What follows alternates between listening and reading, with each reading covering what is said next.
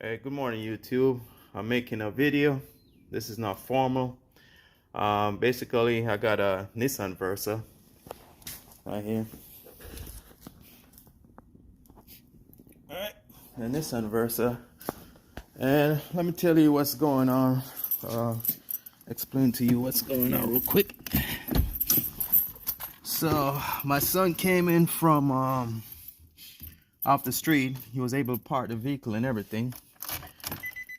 So when he got up the next morning, try to start it, this is what it was getting. It wouldn't start. So right away, I'm thinking it's the battery. I charge the battery, all that good stuff. Didn't work. So I figured I'll bring it to the shop today. So before I did that, I'm trying to do what I can do to kind of troubleshoot the process. So the first thing I did, I have one of these code readers. I bought this. It's a good investment.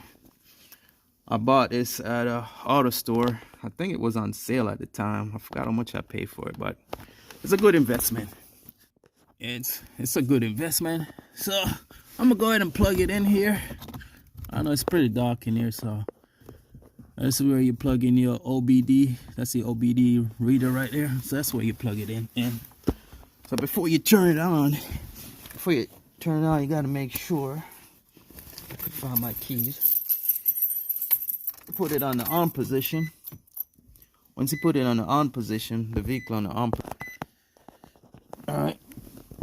Then you're gonna get to your code reader, and it says press enter to scan.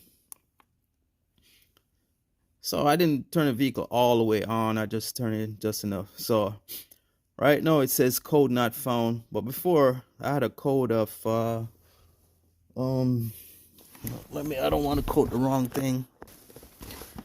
It'll definitely tell me what it is. So if you notice, the code is not there anymore. So I'm gonna go down to view freeze frame.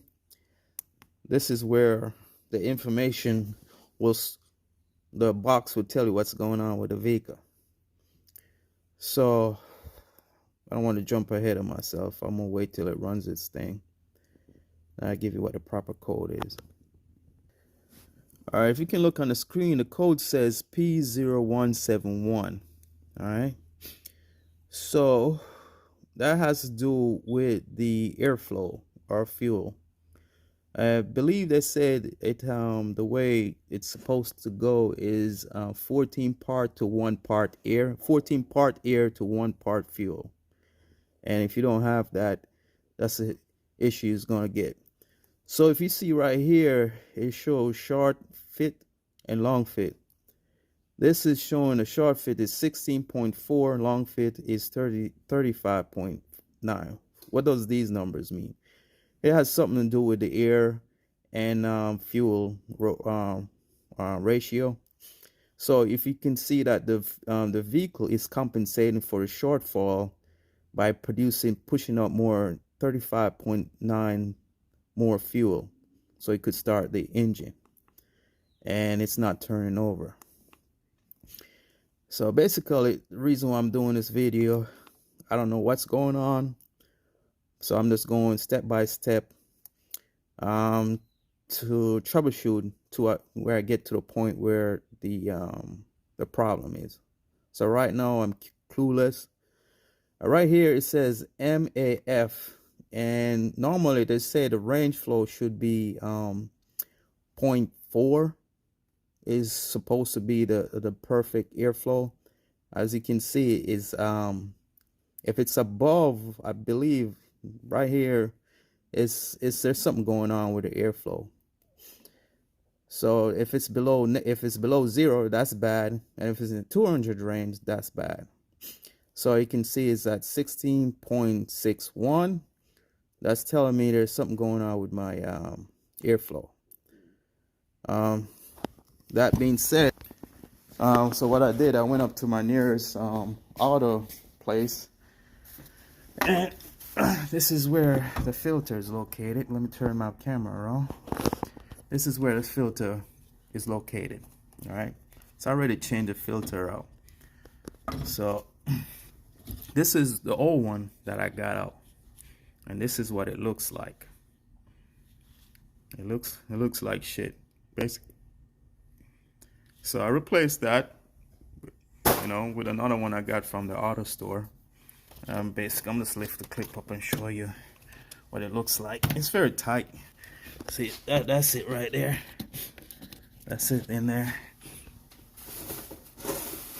And basically, this is an extra one I bought just to have, and that's what it is. That's what the filter looks like. I replace. This is an aftermarket, so it's not going to look like the one original. But this is where it's located. So I changed the filter out, start the engine, and still doing the same thing. So the next thing I'm going to do, I'm going to change out this mass float sensor. This vehicle has 80,000 miles on it. I might have issue with this sensor, so I'm going to go change it out. I believe the cost is like $500 to change the sensor out. So I'm going to grab this sensor and see if I can pick up one. And I'll continue the video and see what it does. But before I got to this point, I made sure I checked everything, make sure everything was tight. And the reason why I checked everything, because they just replaced this battery. And in order to get this battery out, everything is kind of tight, you know, a small engine, so everything is compact. So I was just trying to figure out if I had anything loose. I checked everything is tight up to this point. I don't see anything. The clip is nice and tight. There's a filter. So this sensor right here communicate to the OBD monitor what go on. So those numbers I showed you before with the 19.6 and the 35, this is what tells that information to the OBD monitor, and whatever program was written in there, which is the 14 part air to 1 part fuel. So that's right in the program. So in order for it to get up to that ratio, that's when they have the short fit and the long fit. So the computer will send back, hey, I need more fuel, and it sends it back to here. I don't know if that's gonna fix the problem, but we'll see. So after changing this and it's still doing the same thing, the next thing I'm gonna do is bring it to the shop. All right, so I'm gonna remove these 2 screws. I already loosened them, take them out. I'll pull this guy out, and that's your mass flow sensor. To remove it from the harness, you press down in this lock button and pull it off. So I'm gonna put my phone down, see if I can take it apart. All right, so I'm gonna remove it. Just gonna bring this with the auto store, and so I picked the right part. Again, this is like $500 for this thing right here. All right, and my goal is not to bring it to the shop, but I'm gonna see the best what I can do. If not, the shop will take it from there, and I'll update a video of what they found. All right, so my next step is I'm gonna go ahead and replace this sensor, because I replaced the filter already, and now the next thing to replace is the sensor. All right, so I was able to find the parts that I was looking for. It took a while. So this is the part I got. And this is what I took out before. So what I'm gonna do, I'm gonna show you, as you notice on the box, it's called the mass flow airflow. I'm gonna show you something real quick. All right, so I'm gonna go ahead and set up my code reader. So first thing you want to do is to turn the car on, but don't start it. And go ahead. I'll put the sensor in. Look it in.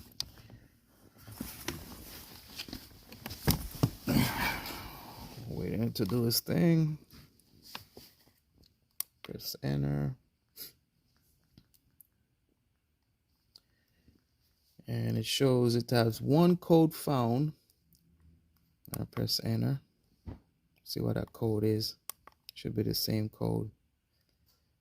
Intake air temperature sensor circuit high. Oh wow, so there's another one.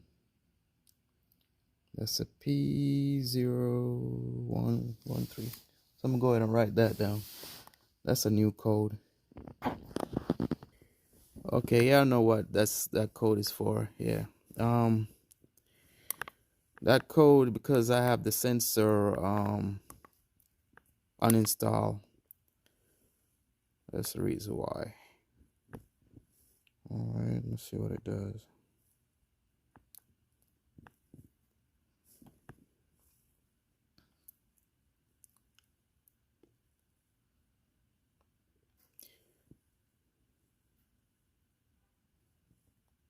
Alright, yep, so the original, that's the code.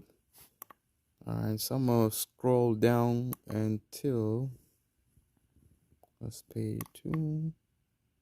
Okay, that's what I need. The MAF, as you can see, the MAF is 16.6. This is what that number is pertaining to, the mass airflow. Alright, so normal the range is supposed to be 0.4. So basically what I did, I checked all the connection here, make sure everything was tight. This tight, this is not loose. Right here, no issues. You know, that's tight. I changed out the filter. So the next thing is this. So I'm gonna go ahead and replace this real quick and see what it does. Yeah, it took me, man, about driving up and down to 4 parts store, couldn't find it. Eventually I went to the dealership part store, and they have it on deck. So I think it was listed at $417, but because I do service my vehicle there, I got customer discount. So I think I end up paying $286. So hopefully, if I try this and it doesn't work, the next thing I'm gonna do is call a tow truck and bring it to the dealership so that they can figure out what's going on. So the sensor I'm gonna plug in right here. That's where I'm gonna plug this in at. All right, now that I got it plugged in, put it back there. Make sure it's lined up properly.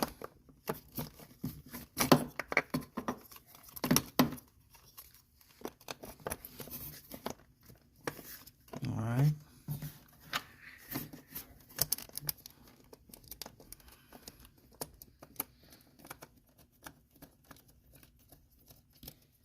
Got my screw started.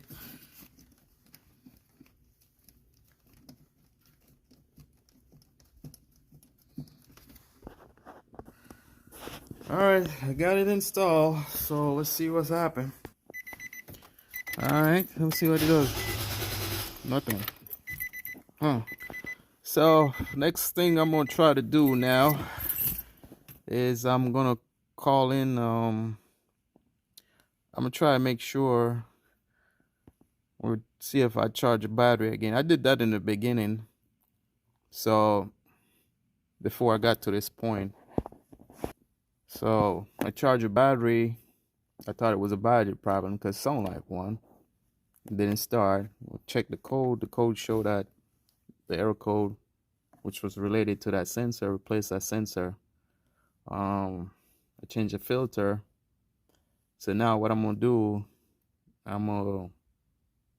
the battery is good because I checked the battery, but I'm gonna still connect my battery to it and see if I charge it and see if I can start it. If that don't work, then next thing I'm gonna do, I'm gonna call the tow truck and I'll let you know what they find. So they're a professional, I'm not. Alright, just to give you an update with the Nissan Versa. Well, you know, we had that issue with the car not starting. You know, It's starting real good right now. It's starting up right now. Well, the bottom line is the issue had to do with the pump. It was the fuel pump that was the issue. So had it replaced. I think on the ticket it shows that yeah. So the total it came to was this. I went to a Nissan dealership after I show you all the stuff that I did, kind of troubleshoot it the best as I can based on my knowledge and experience and what I was comfortable with. So I brought it there. The total invoice was $947.88. So basically, I explained to them what I did that I showed in the beginning of the video. And so what they did, they start from where I left off at and work their way back. Also, they have there's an issue with the Nissan Versa. For a while, I'm gonna turn my camera on and I'll show you this service bulletin so you can take a look. All right, so we got a service bulletin, and that's the classification number. That's the reference number right there. And this was for September 18, 2009. And it shows apply vehicle 07 to 09 Versa sedan hatchback. So it's a common problem. So if you Google this, and it shows right here 2007 2009 Versa long crank time before engine starts. And basically this is a publication right here, and it shows you, explain, this is a fuel pump right here, and it shows you the pressure regulator which is on the fuel pump itself, and basically give you instruction how to change the thing.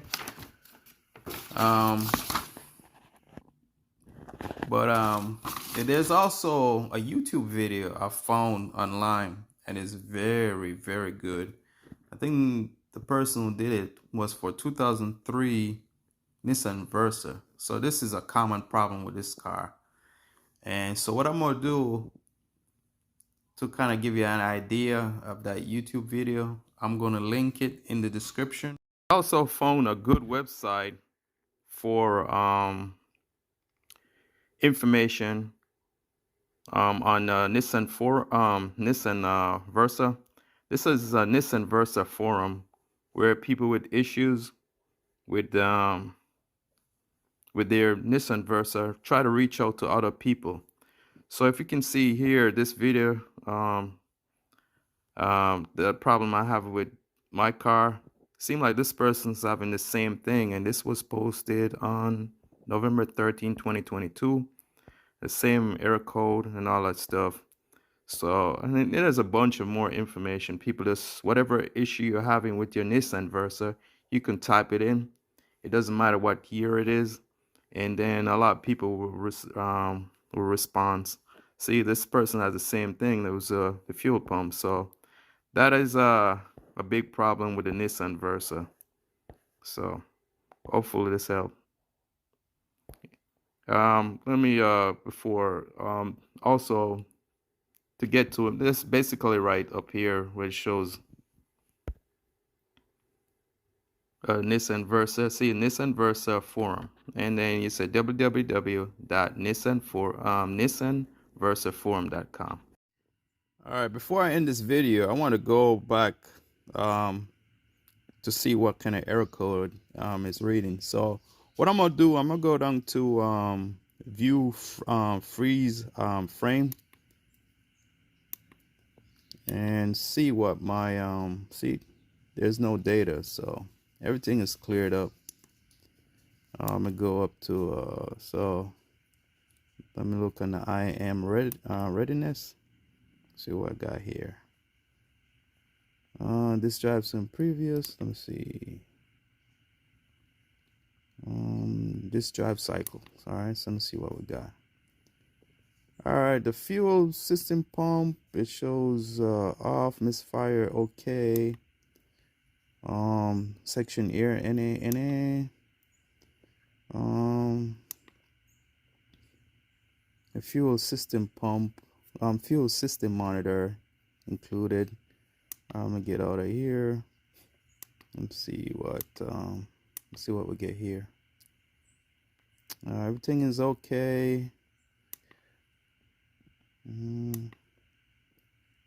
Everything shows okay. The fuel system monitor is okay. Let me go down to here and see what we got. Nothing. Let me see what if I get vehicle information. If I get anything out of there. Turn key on with engine on, which I did.